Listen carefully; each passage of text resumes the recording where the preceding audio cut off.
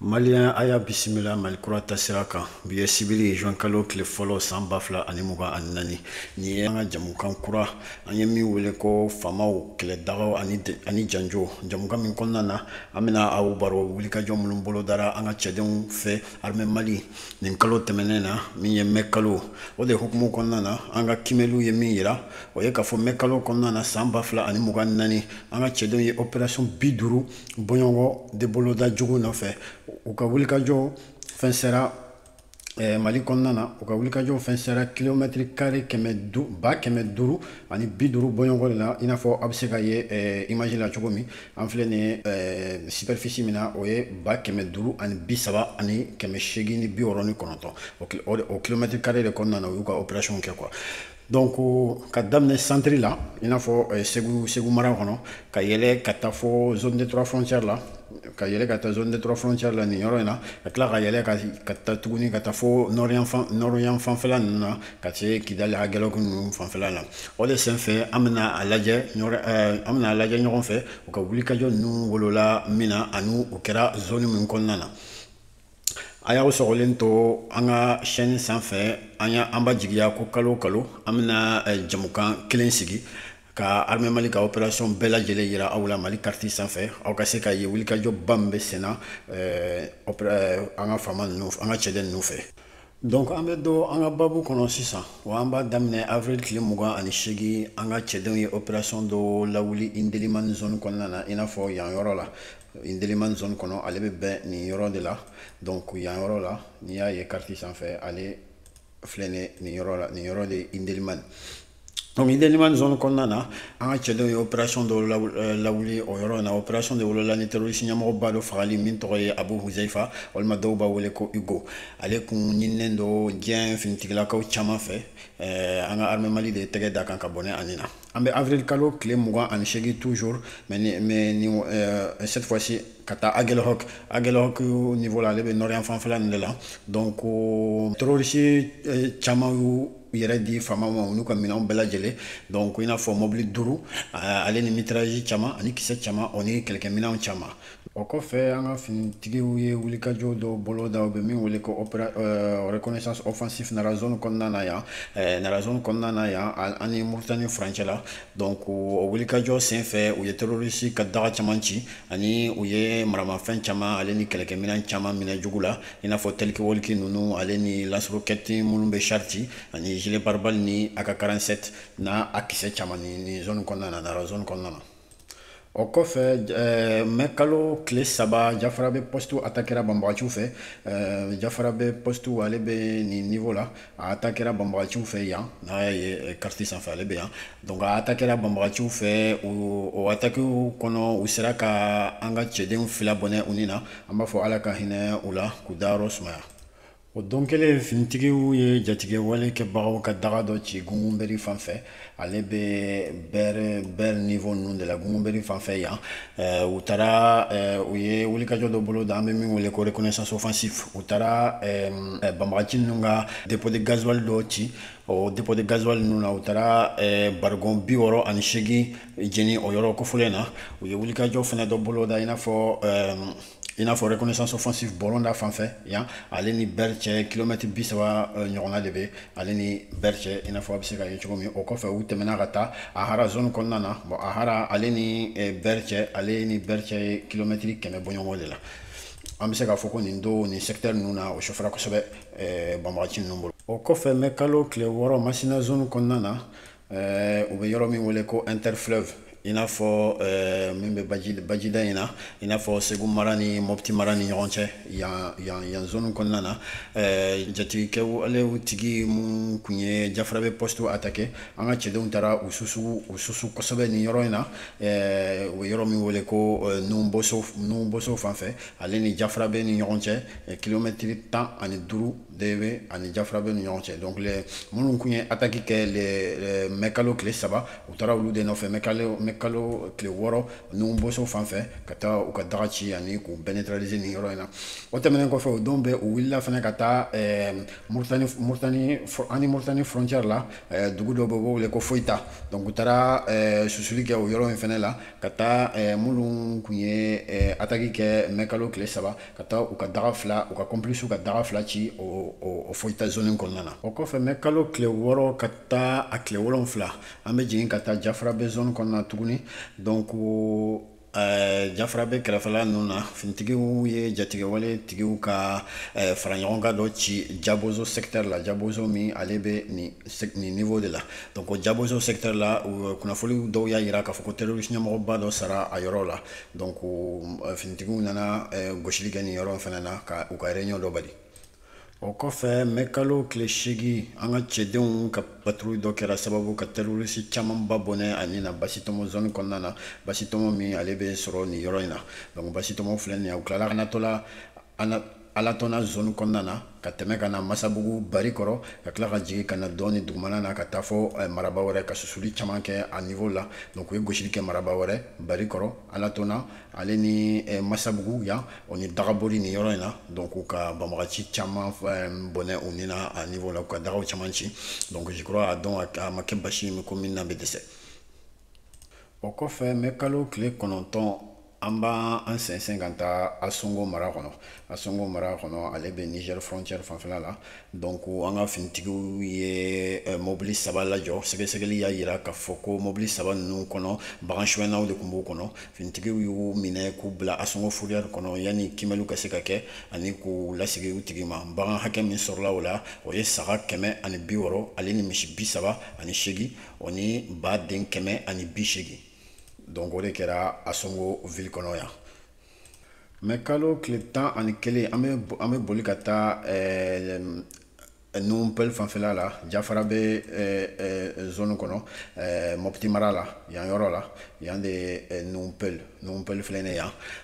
an ka cɛdenw ye gosili kɛ n'an ka Super Tucano A29 o kɛra sababu ka terroriste caman faga k'u to u ka réunion na kilomètre 10 ɲɔgɔn Numpel kɛrɛfɛ yan yɔrɔ la i n'a fɔ nin yɔrɔ in de don Numpel filɛ nin ye yan donc u y'u ci nin yɔrɔ in na à 10 km au nord donc u kun ye réunion dɔ jɔ nin yɔrɔ in na donc an ka cɛdenw y'u ye u nana ni Super Tucano A29 ka u bɛɛ gosi o yɔrɔ in na k'u bɛɛ bɔnɛ u nin na a dugusɛjɛ mekalo tile 12 nɛgɛ kaɲa 7 tɛmɛnen ni miniti 30 Asongo mara kɔnɔ i n'a fɔ yan yɔrɔ la tuguni Asongo secteur la nin yɔrɔ in na terroriste 2 u bɛɛ le ka mɔgɔ u yɛrɛ di faamaw ma o dɔ la kelen tun ye terroriste ɲɛmɔgɔ Asongo zone kɔnɔ donc u nana u yɛrɛ di an ka faamaw ma u n'u ka minɛnw caman ka na u yɛrɛ randi o don kelen an bɛ yɛlɛ ka taa Gao ville kɔnɔ donc finitigiw ye camion dɔw lajɔ min kun bɛ fɛ ka kɛlɛkɛminɛnw caman ladon Gao dugu kɔnɔ mais minɛn minnu minɛna o ye mitrailleuse marifa kisɛ 14,5 mm ale ni 7,62 mm olu bɛɛ minɛna ani communication minɛnw dɔw u y'u dɛmɛbaga dɔ fana minɛ min kun bɛ k'u dɛmɛ ka nin kɛlɛkɛminɛn ninnu ladon Gao kɔnɔ donc u y'u dɛmɛbaga dɔ u ka complice dɔ minɛ o senfɛ mekalo tile 17 ka taa tile 18 Gire ale ni Nara ni ɲɔgɔn cɛ nin yɔrɔ in na ka bɔ Gire ka taa Nara Mauritanie frontière fanfɛla la jatigɛwale kɛbagaw ye jan 2 da an ka cɛdenw ye a fɔlɔ kɛra Accord dugu kɛrɛfɛ yanni ka se Accord o zone kɔnɔna na donc u ye jan bila an ka finitigilakaw ninnu ye RN31 sira in kan filanan kɛra Madina Koyita ale bɛ nin niveau in na donc n'i bɔra Gire ka na Madina Koyita fanfɛla la o attaque filanan kɛra o yɔrɔ de la a kɛra attaque 2 fɔlɔ kɛra tile 17 filanan kɛra tile 18 donc o attaque 2 kɔnɔna na terroriste caman bɔnɛna u ni na attaque 2 la moto caman fɛnɛ cira ka dɔw minɛ roquette LRAC 2 fila fɛnɛ minɛna ani roquette 40 mm dɔ fɛnɛ minɛna i n'a fɔ kɔrɔlen fɛnɛ PKM caman o ni PM caman ale ni talkiwaliki ninnu bɛɛ minɛna an ka cɛdenw 2 joginna a attaque la an bɛ dugawu k'u ye ala ka nɔgɔya k'u ma mekalo tile 19 finitigi ye opération spéciale dɔ bolo da secteur caman kɔrɔnfɛla fɛ min ye Anefisi zone kɔnɔna na i n'a fɔ yan Anefisi zone kɔnɔna ale ni Menaka yan donc u ye gosili kɛ Menaka ka tila ka gosili kɛ Anefisi fan fɛ. O wulikajɔ wolola ni jatigɛ wale kɛbagaw ka daga caman cili i n'a fɔ Vasayifi zone kɔnɔna na ale ni Abdul Cungɛniya ani Tin Bidon nin yɔrɔ in na, donc u y'u ka daga caman ci o yɔrɔ in na. Terroriste caman bɔnɛna u ni na ani caman fɛnɛ minɛna, pick-up kelen minɛna ale ni PKM ani moto 3. Mais kalo tile 20 ka taa a 22 finitigilakaw ka wulikajɔ kɛra sababu ka banbagaci ka daga caman ci Lelewoyi zone kɔnɔ. Lelewoyi ale bɛ nin zone kɔnɔ, yan de don Lelewoyi ale ni Asongo dugu fanfɛla la ka taa Tasiga ale bɛ yan, donc o zone ninnu bɛɛ kɔnɔna na ka yɛlɛ. Ale ni Hausa Guruma ale bɛ nin zone kɔnɔna na, o bɛɛ bɛ Bajida in de la quoi. Ale ni Lelewoyi Hargu o bɛɛ bɛ sɔrɔ nin yɔrɔ ninnu de la, donc terroriste caman fagara ani kɛlɛkɛminɛn caman fana minɛna. Munumunu kan bɛ ka fɔ ko terroriste ɲɛmɔgɔ caman sara a zone kɔnɔ, wa ko Suleyi Suna fana fagara ale zone kelen kɔnɔ. Suleyi Suna tun ye mock adjudant dɔ min bolila ka taa don u bɛɛ ka tɔn na san 2020. Ale cɛni tun ye jan caman da an ka finitigilakaw ɲɛ Fafa zone kɔnɔna na min bɛ nin yɔrɔ in na. Donc opération bɛ sen na. Mais kalo tile 20 finitigiw seginnen ka bɔ dɔgɔjɔlaw bilali la sugu la, o kɛtɔ k'u seginnafiɲɛ bɔ u attaquera Katiba Masina terroriste fɛ. An bɛ yɔrɔ min wele ko Interfleuve, ale bɛ nin zone in kɔnɔna na, Interfleuve kɔnɔna na nin yɔrɔ in na, donc o attaquera Katiba Masina terroriste fɛ. O yɔrɔ la armée ka jaabi ma mɛn ka makɔnɔni kɛ, donc a ma kɛ basi fɛw ko min na bɛ dɛsɛ. terroriste 30 ni buruburu ɲɔgɔn de sara, moto 13, PKM 1, PM 11, lance-roquette 2, toliki-woliki caman ani kɛlɛkɛminɛnw wɛrɛ caman fana minɛna. An ka cɛdenw 3 fatura a senfɛ, an b'a fɔ Ala ka hinɛ u la k'u dayɔrɔ sumaya. Soldats 10 ɲɔgɔn fana joginna, an bɛ dugawu d'u ye olu fana ye Ala ka nɔgɔya k'u ye. Mais kalo tile 21 ka taa a tile 23 finitigiw ye patrouille dɔ boloda Sirawoma fanfɛ. Sirawoma ale bɛ nin zone kɔnɔna na, yan de ye Sirawoma, donc Sirawoma fanfɛ ɲɔnɔ mara kɔnɔ. O patrouille senfɛ terroriste ka daga caman cira, u caman bɔnɛna u ni na, pick-up kelen minɛna ani moto 3, mitrailleuse 12-7 kelen ani chargeur boîte 3 ani kɛlɛkɛminɛn caman cira a yɔrɔ ninnu fana na. Mais kalo tile 23 ka taa a tile 24 faamaw ye wulikajɔ belebeleba boloda ale ni patrouille kɛlɛ daga caman na. Patrouille fɔlɔ wulila mais kalo 23 su Sayi zone kɔnɔna na, Sayi min bɛ sɔrɔ nin zone kɔnɔ.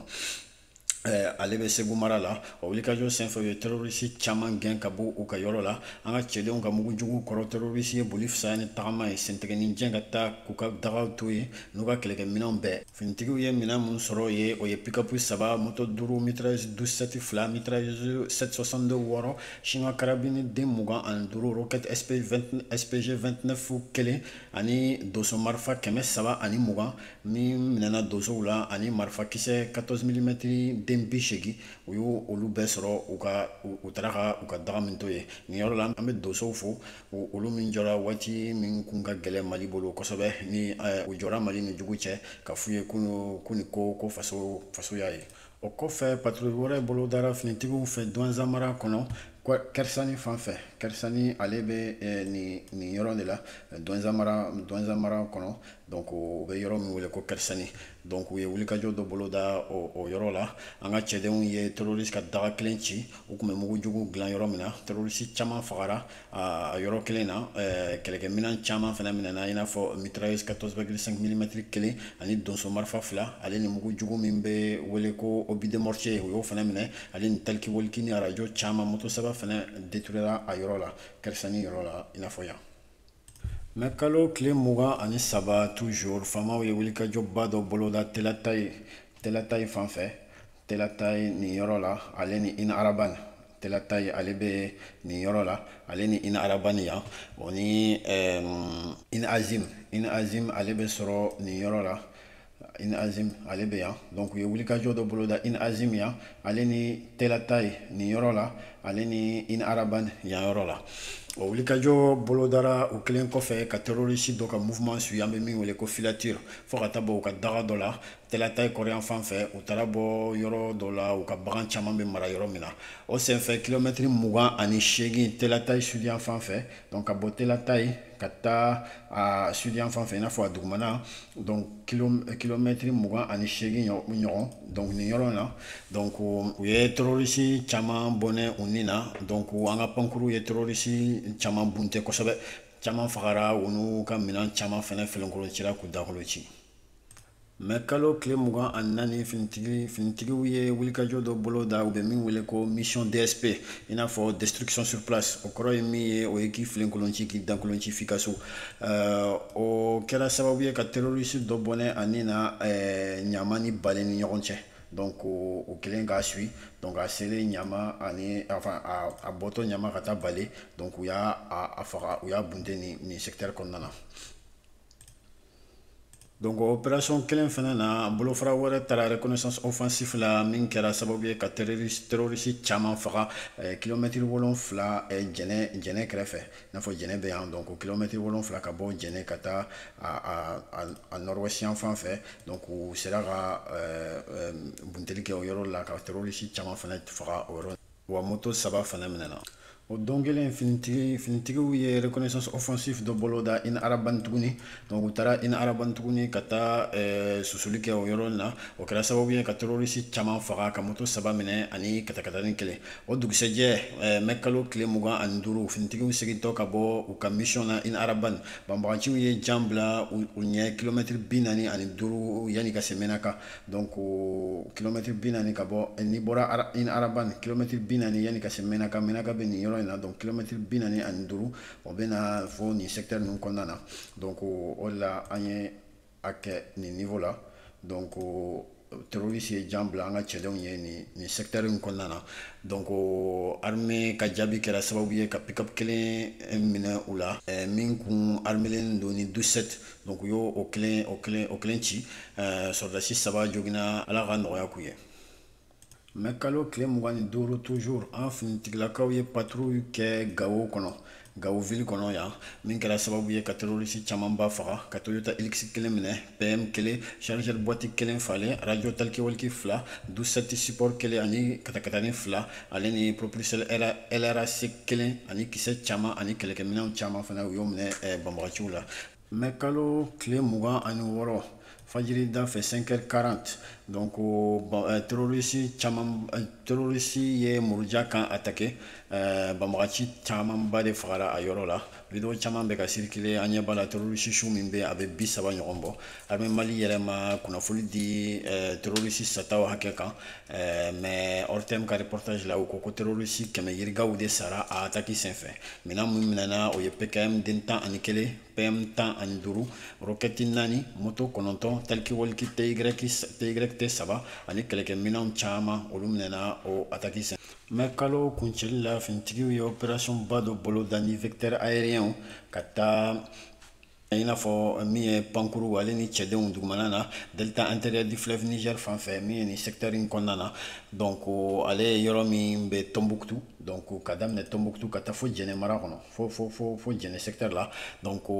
ale ye yɔrɔ min na fleuve Niger bɛ farafara ka kɛ bolofara caman ye yɔrɔ min na nin secteur in kɔnɔna na u ye terroriste ka daga filenkolon ci ka dakolon ci o yɔrɔ ninnu na kɛlɛkɛminɛn caman minɛna ka dɔw ci kimɛliw bɛ senna apparemment terroriste ɲɛmɔgɔba dɔ sara a yɔrɔ ninnu na o secteur ninnu na donc u ye wulikajɔ bolo da ni pankuru ale ni cɛdenw dugumana na ka taa terroriste ka dagaw caman ci o yɔrɔ ninnu na nin de bɛ mɛ kalo wulikajɔ kuncɛ armée bolo armée ye wulikajɔ ba kɛ nin kalo kɔnɔ wa sebaya caman sɔrɔla ayiwa a y'aw sɔgɔlen to mali kura tasira sanfɛ kalo kura nata an bɛna juin kalo fɛnɛ ka opération ɲɛfɔ aw ye aw ni ce an ka vidéo filɛli la aw kana ɲina k'aw abonné ka like ka partager ani ka commenter k'an ka wolomasiri tabagaw jikɔrɔma tonto commentaire kɔnɔ an ka ɲɔgɔn minɛ an kana fara n'an bɛ fɛ k'an ka sɔrɔdasiw dɛmɛ kɛlɛ la kɔnɔkulu jɛlen de bɛ bi fɔ aw kan bɛɛ kalo wɛrɛ la